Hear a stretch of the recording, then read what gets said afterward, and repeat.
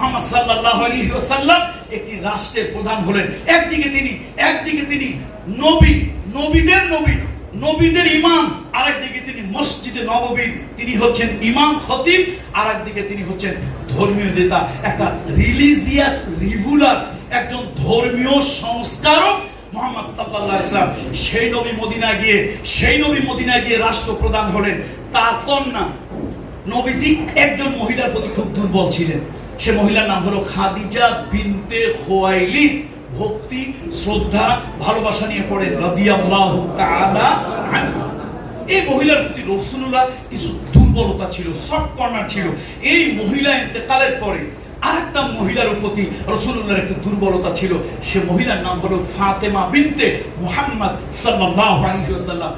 মেয়ে হিসাবেই হোক, মা হিসাবেই হোক, নারী হিসাবেই হোক, এই মেয়েটার প্রতি রাসূলুল্লাহ অন্যদের তুলনায় একটু দুর্বলতা বেশি ছিল।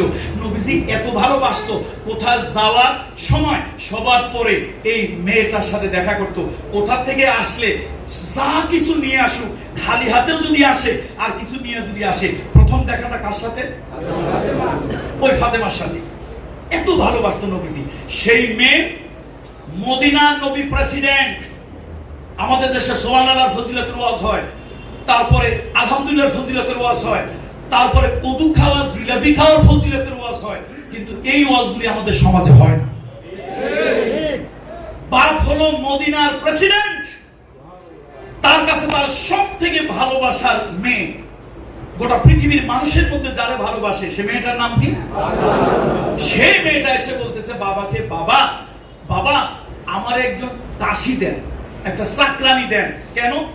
এই আমি খেজুরের ছোবড়া দিয়ে পাকানো রশি, ওই রশি দিয়ে বালতিতে করে পানি তুলি, 5-6 বালতি পানি উঠাইলে হাতের মধ্যে লাল রক্তের মতো হয়ে যায়। বাবা আপনার জামাই আটা আনে না, আনে গম, সেই গম জাদা দিয়ে পিষি, আনে জব, ওই জব ভাইজা ওটাকে ছাতু বানাই। এই সারাদিনের কাজ করতে করতে দেখেন আব্বা আমার হাত ফেটে গেছে। আব্বা আমার মন চায় আমি একটু তাহাজ্জুদ পড়ি, মন চায় একটু নফল রোজাটা বেশি রাখি, মন চায় একটু প্রত্যেক সালাতের পরে অনেকক্ষণ বসে বসে দোয়া পড়ি। এগুলো কিন্তু আমি সংসারে কাজে পারি না। আব্বা আমার একটা কাজের বিটি দেন। রাসূলুল্লাহর চোখ বেয়ে পানি টপ টপ করে চলে আসছে। সব থেকে ভালোবাসা একজন মহিলাকে তিনি ভালোবাসতেন দুনিয়ার সব থেকে বেশি। সেই মহিলা আজকে নাই। তারই মেয়ে মুহাম্মদ সাল্লাল্লাহু আলাইহি ওয়াসাল্লামের ঔরজাত মেয়ে, যে মেয়েটা ছিল নবীজির সারা দুনিয়া ছিল কলজার অর্ধেক, আর এই মেয়েটা ছিল কলজার অর্ধেক। সেই মেয়ে একটা কর্মচারী চাইছে, একটা চাকরানি চাইছে। কার কাছে? বাপ হলো মদিনার প্রেসিডেন্ট। আপনারা বলতে পারেন মদিনার প্রেসিডেন্ট হলো কেন? আমি কিন্তু ঢাকা বিশ্ববিদ্যালয়ে অল্প কিছুদিন হলো রাষ্ট্রবিজ্ঞান পলিটিক্যাল সায়েন্স পড়েছি। আমার বক্তব্য নয়, পলিটিক্যাল সায়েন্সের বক্তব্য হলো নগর কেন্দ্রিক এক ধরনের রাষ্ট্র ব্যবস্থাপনা সেই যুগে ছিল। তাহলে পলিটিক্যাল সায়েন্সের ভাষায় ওই নগর কেন্দ্রিক রাষ্ট্রের প্রেসিডেন্টের নাম কি? তো আওয়াজ দিয়ে বলেন নাম কি? মুহাম্মদ রাসূলুল্লাহ সাল্লাল্লাহু আলাইহি ওয়াসাল্লাম সেই নগর কেন্দ্রিক রাষ্ট্রের তিনি হচ্ছেন প্রেসিডেন্ট। তার মেয়ে এসে সামান্য একটা চাকরানি চাচ্ছে, বেতনভুক্ত।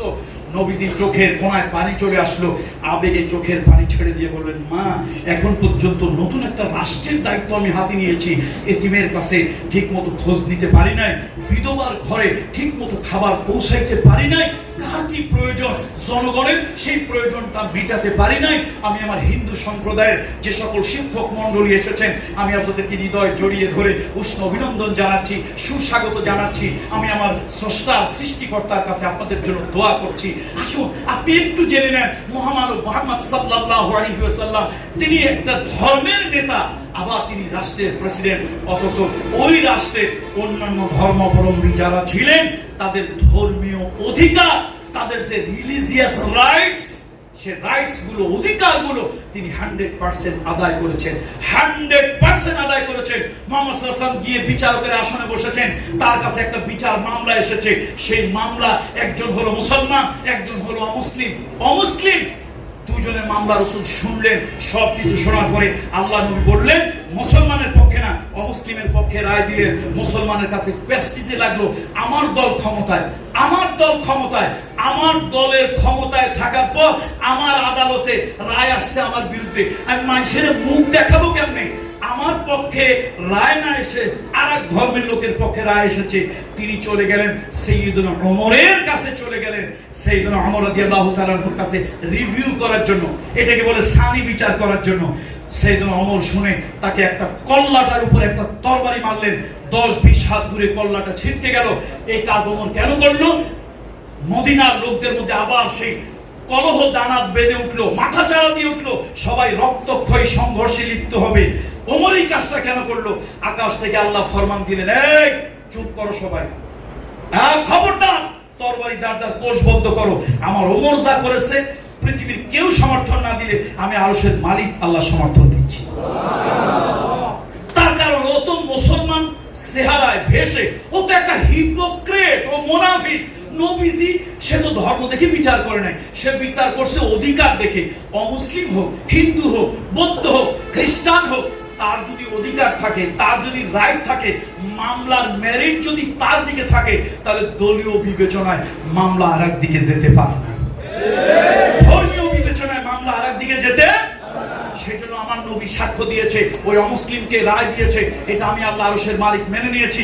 ও মুসলমান মানতে পারে নাই, নবীর বিরুদ্ধে গিয়া সানি বিচার দিয়েছে রিভিউ করার জন্য ওমরের কাছে। ওমর যা করছে, দুনিয়ার সবাই যদি ওমরের অপছন্দ করে করুক, আমি আরশের মালিক ওমরের ভালোবাসছি, ওমরের বিচার আমি খুশি হয়েছি। তাহলে সম্মানিত হাজিরিন, কথা লম্বা করব না। মুহাম্মদ রাসূলুল্লাহ সাল্লাল্লাহু আলাইহি ওয়াসাল্লাম শুধু ধর্মীয় নেতা ছিলেন না, তিনি জগৎ পরিচালনা করেছেন। আজকে আসুন, আপনি কখনোই ধর্মকর্ম 100% আপনার পক্ষে পুরোপুরি পালন করা সম্ভব নয়। দেশের রাষ্ট্র ব্যবস্থা, আইন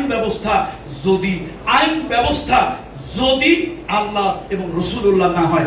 আর আমি হিন্দু, বৌদ্ধ, খ্রিস্টান, অন্যান্য ধর্মাবলম্বী বন্ধুদেরকে বলছি, বিনয়ের সাথে বলছি, বন্ধু, গাছে ফুল যেরকম নিরাপদ, পানিতে মাছ যেরকম নিরাপদ, ডিমের ভিতরে কুসুম যেরকম নিরাপদ, মায়ের কোলে শিশু যেরকম নিরাপদ, আমি আল্লাহর কোরআন হাতে নিয়ে আল্লাহর নামের কসম খেয়ে বলছি, যদি কোনো সমাজে কোরআন এবং সুন্নাহর বিধান, রাসূলুল্লাহর সিরাত অনুযায়ী, তার জীবন দর্শন, তার চরিত্র অনুযায়ী আল্লাহর বিধান যদি কোনো সমাজে, কোনো রাষ্ট্রে, কোনো মহল্লায়, কোনো কোর্টে, কোনো কাছারিতে, কোনো অফিস আদালতে চালু হয়, তাহলে অমুসলিম ভাই এবং বন্ধুরা ওই রকম নিরাপদ থাকবে। সুবহানাল্লাহ। আপনি ধর্ম ভিন্ন হওয়ার কারণেই আপনার ধর্মের, দেখেন রাসূলুল্লাহ সাল্লাল্লাহু আলাইহি ওয়াসাল্লাম একটা হাদিস, নবীজি বলেছেন, কিয়ামতের ময়দানে যে এলাকায় সংখ্যালঘুদের উপরে নির্যাতন করবে, কিয়ামতের ময়দানে আল্লাহ তাআলার হাবিব বলেছেন, আমি সংখ্যালঘুদের পক্ষ নিয়ে আল্লাহর আদালতে মামলা দিব। তাহলে আজকে হিন্দু এলাকায় কম, আমরা হিন্দু জমি দখল করে নেওয়ার জন্য রাতের বেলা গিয়ে পিস্তল ঠাকাইলাম, রাতের বেলায় গলার মধ্যে ছুরি ঠাকাইলাম, এই জমি আমারে লিখে দিবি, তুই ভারত কালকে পালায় চলে যাবি। এই যে তার উপর একটা অবিচার আমি করলাম।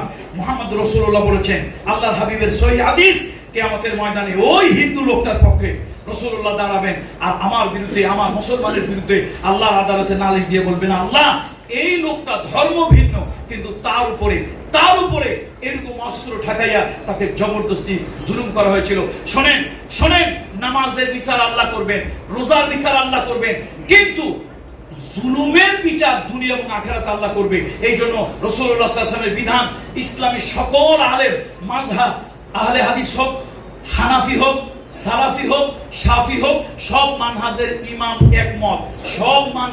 ইমাম একমত, যদি আপনি কোনো অমুসলিমের উপরে জুলুম করেন, তার দুনিয়া এবং আখিরাতের শাস্তি আপনি পাবেন।